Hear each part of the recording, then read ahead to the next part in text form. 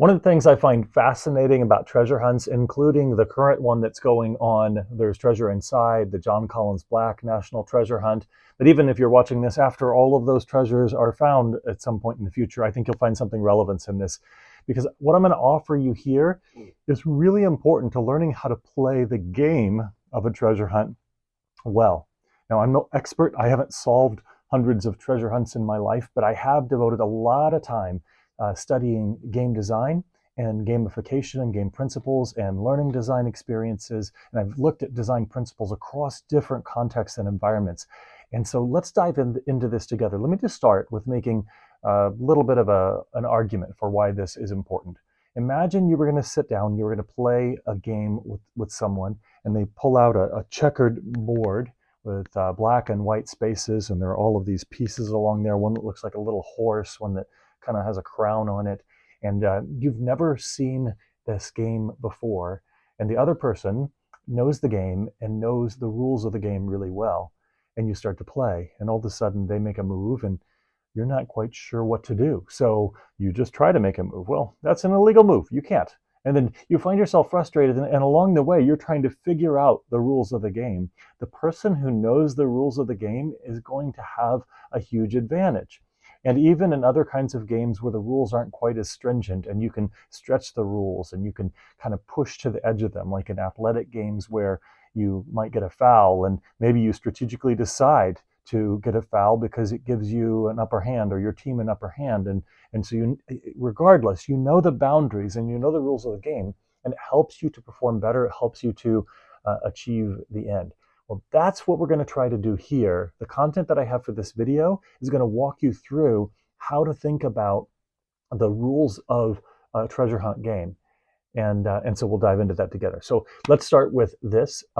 What is a treasure hunt? A treasure hunt in its very simplest form is a search for something that's hidden. Now, there are really two main types of treasure hunts that we have. One are the legendary treasure hunts, where someone has hidden a treasure intentionally, or unintentionally, a treasure has been hidden in the form of a shipwreck. They didn't intend to wreck the ship, but they did, and now it's sunken, and the gold is in the ship at the bottom of the ocean somewhere. And this is a kind of treasure hunt where there are no rules to the game, where you have to kind of figure things out. There's no X marks the spot. There's no map. There are no clues. There are no riddles in this kind of legendary treasure hunt. There is a legend that there is a treasure somewhere out there.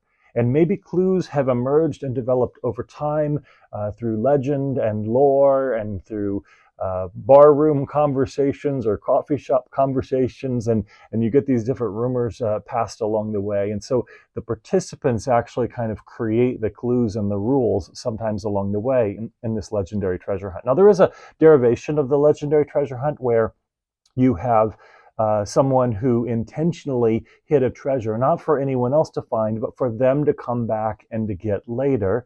And that's where some traditional novels and stories and films sort of map it out, where you have the pirate who hides his gold in some kind of deserted island, and to make sure that he knows how to find it years later, or in case he dies and so he can pass it on to a loved one or to someone else, he creates some kind of map or series of clues to guide people toward it. So those are the legendary treasure hunts, although that second one is predominantly myth. There aren't a lot of those in history. It doesn't mean that they're completely absent, but they're not that dominant. Now, those both are quite different from the type of treasure hunt that most of us are thinking about today. For example, John Collins Black with this treasure hunt, national treasure hunt with 5 hidden treasures around the country. These are carefully planned and designed, or the Forest Fen treasure hunt that has concluded,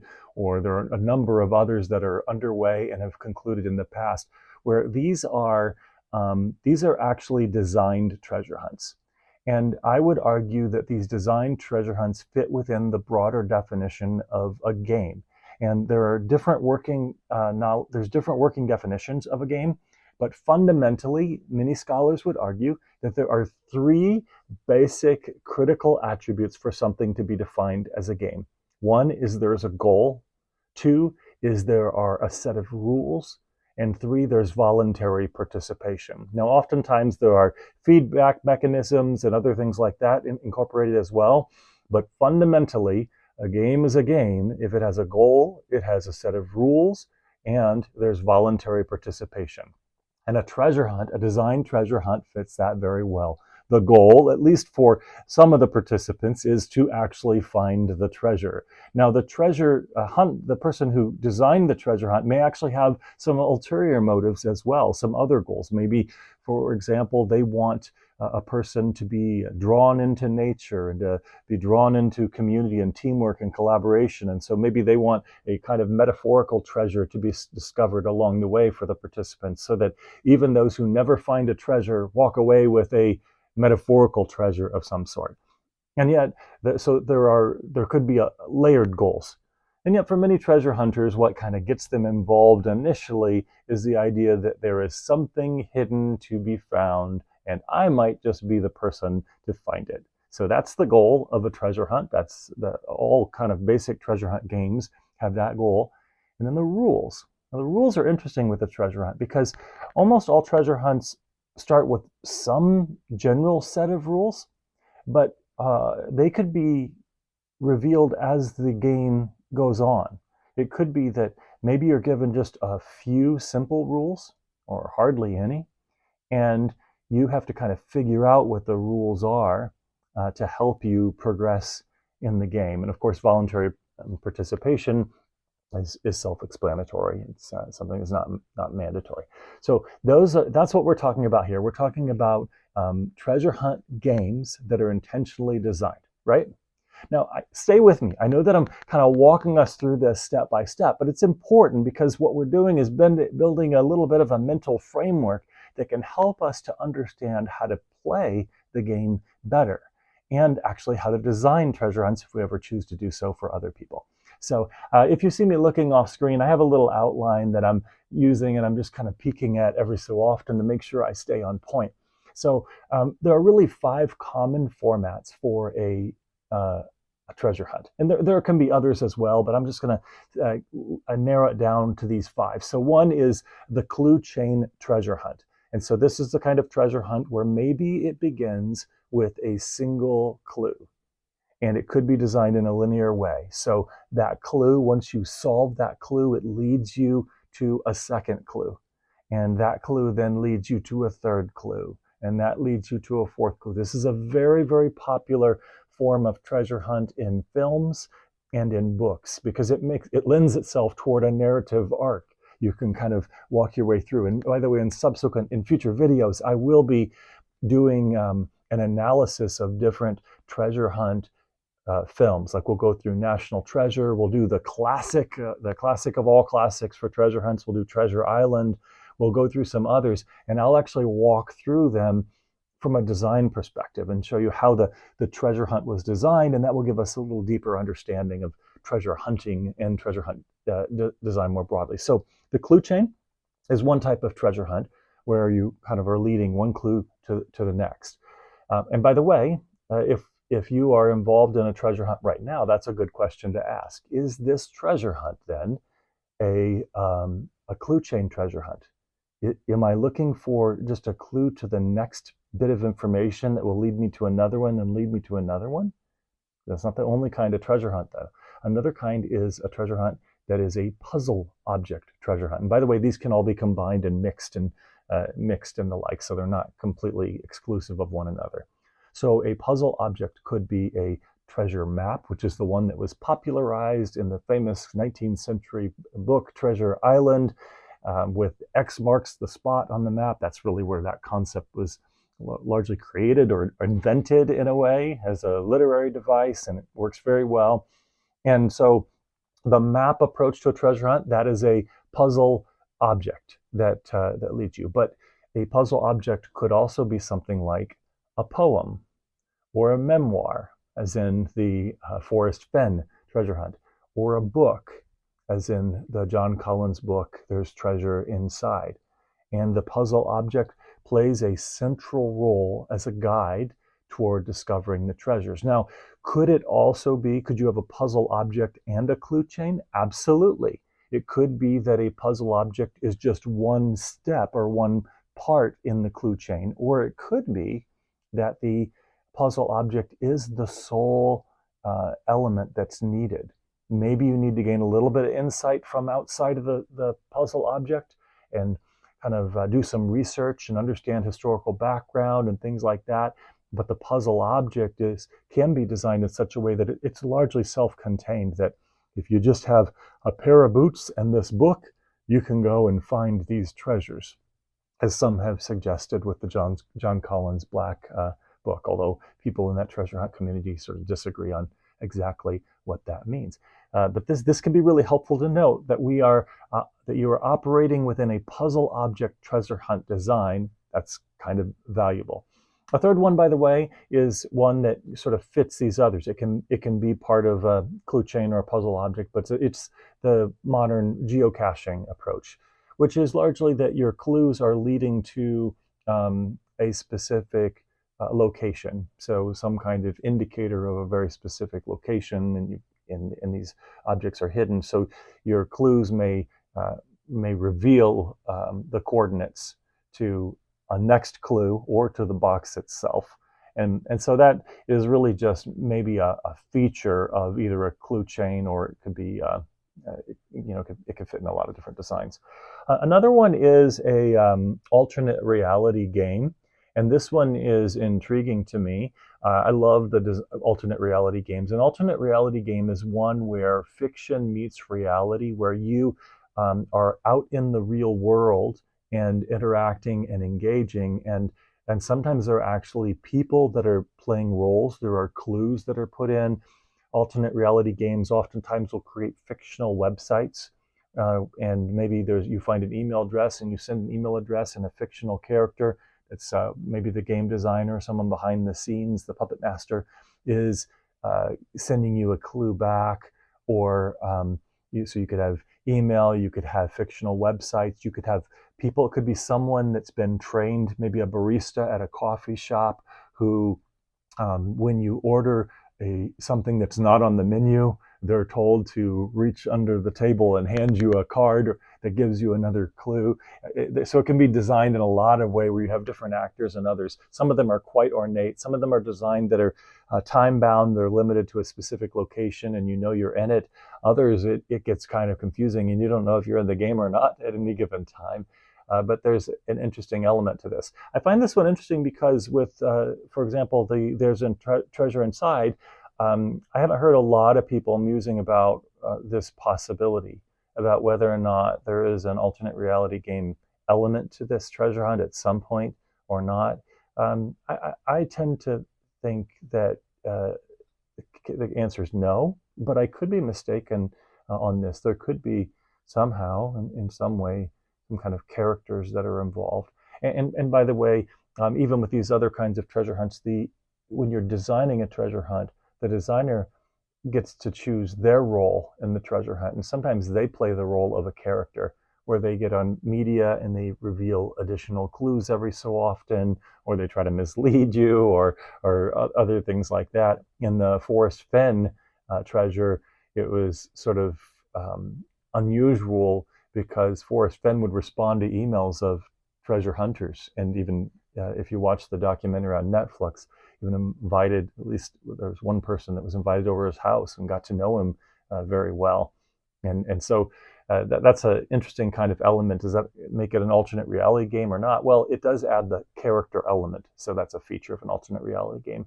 And then I'll just say another category of treasure hunt game design, and again, these can be interconnected, is multi-channel, or as Henry Jenkins, the famous media scholar, talked about. He talked about multimodal or transmedia navigation. So think about transmedia navigation, where in a comic book series, like a particular, pick your favorite superhero, whoever it is, and you might have films, you might have comic books, you could have video games, and there are different forms of media, and the story and the world travels across those different media, and it creates a kind of culture all the way around that character, and it can expand over time. Well, the same thing can happen as well in treasure hunt designs, and even in its simplest form, it just means that your treasure hunt clues could cross different media. They could be websites, email addresses, people that you interact with, books, puzzles. You go to a physical location and maybe there's a box with a clue in it. All different mediums and media types, and so those all come into the treasure hunt design. So one of the things I find really helpful is when you're playing a game, it's not always clear because a lot of treasure hunts don't tell you which type of treasure hunt it is or how many of these different elements are at play. And so you're continually trying to figure out what game am I playing and what are the rules. And what makes it intriguing in the John Collins Black, where there's treasure inside, is there are actually 5 treasure hunts. And we know that there's one large treasure that has the lion's share of the treasure, and the first part of the book is largely focused upon leading to that treasure. And then we know there are self-contained chapters in part 2 where it's been indicated that everything that you need in order to find one of those other 4 treasures is within the chapter designated for that treasure box, that it doesn't require you to go to other parts of the book necessarily to find it. At least that's what seems to have been indicated. And if you look at those 4 chapters, they are different kinds of treasure hunts. They're actually designed differently. One has a word search, and there's a narrative with some clues in it, likely, and a cryptograph, and you sort of piece that all together. There's another one that's predominantly led by a sort of a fictional story, a Pokemon narrative or story. Another one with a very strong poem that's a centerpiece. And then the large, where there's treasure inside, you have all of these stories from chapter by chapter by chapter, and then you also have a poem at the end called Joy's Serenade. And so it can be confusing for people, especially those who are jumping between different treasure hunt searches, because it's kind of like jumping between playing checkers and chess and Monopoly. You're having to possibly shift the rules of the game. It appears that he may not have used exactly the same kind of rules. He designed the treasure hunts perhaps differently, although they may have some common underlying concepts. What we do know is that it's a predominantly puzzle object treasure hunt, and that the book is a centerpiece of clues and a key place. It would be largely impossible to discover these treasures intentionally without having access to the knowledge provided in the puzzle object known as the book. And so, again, what's most interesting is that most hunts do not explicitly explain the format, and you have to get yourself in the mind of the treasure hunter, which is where people often make mistakes, is they try to impose their mind on the treasure hunt, as opposed to trying to think like and understand the treasure hunter himself. And maybe that gives you some clues, which is why I have another video that is my little attempt at a bit of a rough psychological profile. Okay, so let's go on to the next part here. I want to talk about the fundamentals of treasure hunt design. Because if you understand the fundamentals of most treasure hunt designs, not all these features in every treasure hunt, that can give you some things to look out for and just to sort of organize your thinking when you're going through the treasure hunt. So one is, not all, but many treasure hunts do use some kind of theme or narrative. It could be a myth, a place, a personal story, or something of that sort. It depends upon the type of treasure hunt designer that you're dealing with. Some think very mythically, in a narrative, in a storytelling way. That's how they create meaning. Others are much more kind of mathematically minded, and it's more of a cryptograph solving specific maybe mathematical riddles or puzzles or geographic components or things like that. But there's usually some kind of theme or narrative, and as you understand the mind of the designer, sometimes that can give you a little glimpse of, are they more inclined to design one type versus another? But often there's a story that sort of holds everything together. Doesn't mean that that's like, if you know the story, you can solve the treasure immediately, but understanding the general structure of the narrative can help you, which is why I've argued, for example, that I think that the structure, the organization of using modern and ancient myths and weaving them together is a key piece of the John Collins Black Where There's Treasure Inside. And one day, some people will be watching this video and treasures will have been discovered, and they'll know whether or not I was accurate on that. Of course, another part of a treasure hunt is choosing the treasure itself. What is the treasure going to be? Is it going to be literal? Is it going to be mythical? Is it going to be or metaphorical? Is it going to be a combination of the two? And sometimes you like to find treasure that fits the story and the narrative that you're designing. But again, that varies from person to person in terms of how much they want to weave that all together. I personally love a treasure hunt that weaves those different layers of meaning so that the objects you're searching for tie to the stories, that tie to the clues, and so forth. A third is a design frame that includes your rules. It includes a time frame if there is one, or it could be unlimited time frame. It includes geographical limitations. Is it bound within a certain area or not? And of course, even thinking about some ethical frameworks when you're the designer. So am I going to put it in a place that would require people to do something illegal? Am I going to put it in a place where people might have to risk their lives in order to find it or not? And responsible treasure hunt designers are thinking about those when they design it. And it's nice to at least know if you're participating in a treasure hunt, if the treasure hunt designer had those in mind.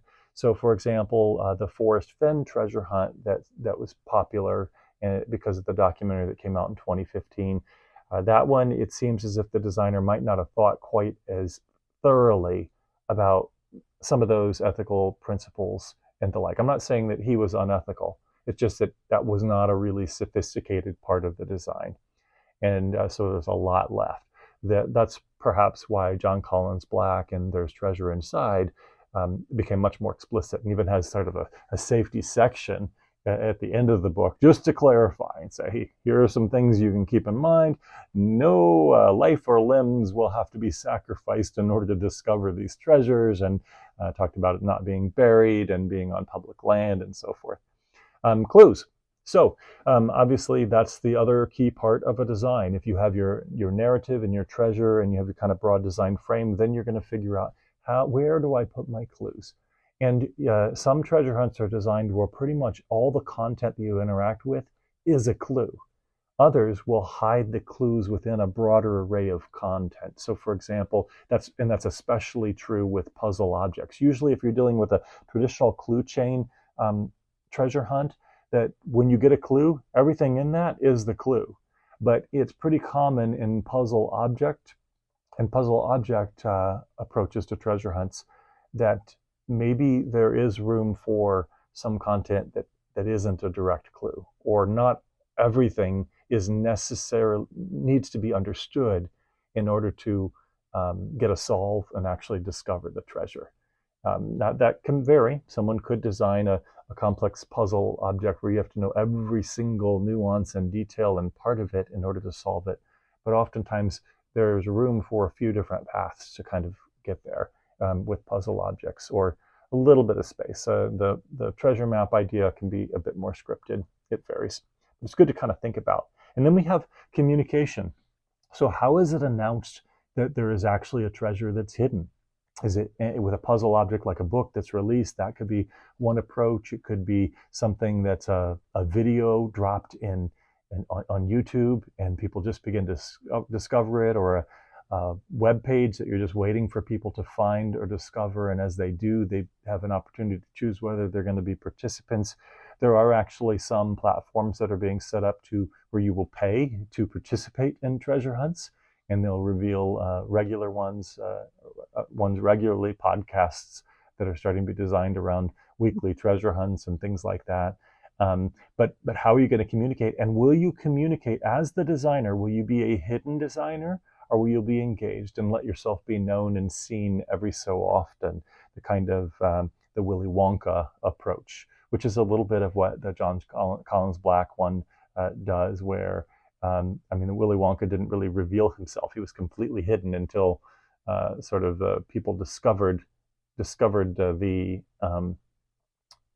tickets, right? It was all done kind of secondarily, and then he became a character and engaged at a certain stage in the treasure hunt. John Collins Black, he wrote the book, included his name on it, started doing videos, media appearances. I'm sure the publishers wanted that too because that helps with book sales. But there are questions in the treasure hunting community. How much is that content actually in the interviews? Is that actually adding something new or giving additional clues or not? So that communication is how it launches. Sometimes there's a website where you get updates. So hopefully, if a treasure has been discovered, it will be announced. But a good designer is at least thinking through that a little bit. And then one that usually emerges organically is community. Is it largely going to be a solo treasure hunt, individuals going after it and maybe hiding and everything? Or are there going to be social communities that emerge, maybe designed by the treasure hunter, or it just happens organically, as it has been doing with a lot of modern treasure hunts, as people go on Discord or Facebook groups or Reddit or other kinds of online spaces, and they start sharing in interesting ways. And by the way, I will be creating another video on why is it that some people are giving away so many solves and clues? What's up with that? And there's actually a psychological framework to help explain why that happens. It's a psychology of game design and different players and roles that people choose to play. And then the conclusion. What's the conclusion going to look like? There could be little surprises at the end. Maybe you hadn't even revealed everything that's in the treasure, and people are surprised pleasantly, or maybe they're disappointed and things are more metaphorical and symbolic than they had hoped. But there's a lot there. So if you are one that's trying to solve a treasure, ask the question, what type of game is this? And it's going to take you time to figure it out, and you may be surprised and you may have to change your opinion as more is revealed. With the John Collins Black, there's treasure inside. There are 5 treasures. And so you can get a little glimpse of maybe how things are designed once a treasure is discovered. But again, the complexity with that is it could be 5 different sets of game rules to some extent, a little bit. And so the second is, what format is being revealed as you go along, and just spotting and paying attention to the structure. Begin to map out what you're seeing in the game design as you're going along. And then all of a sudden you have a bit of a game board that you can start to see and understand. And if you're a designer, pick a format, even if it's going to be hidden. Calibrate your clues, walk through those different features that I talked about, the narrative, the treasure, the design frame, the clues, the communication strategy, how you want community to emerge or not, and what role you want to play in it, and then what kind of sort of conclusion do you want to have to the game. And if you take the time to do this kind of thinking, I'll suggest that you can have a little bit more engagement in the game, where you might have felt more lost and just confused and completely and changing your mind all the time, or going down these wild rabbit holes. You can begin to manage some of that as you get clearer and clearer about some of the rules of the game. So that's what I have to offer for you here. I look forward to any of your comments or questions, and I'll be giving you more content like this in the future.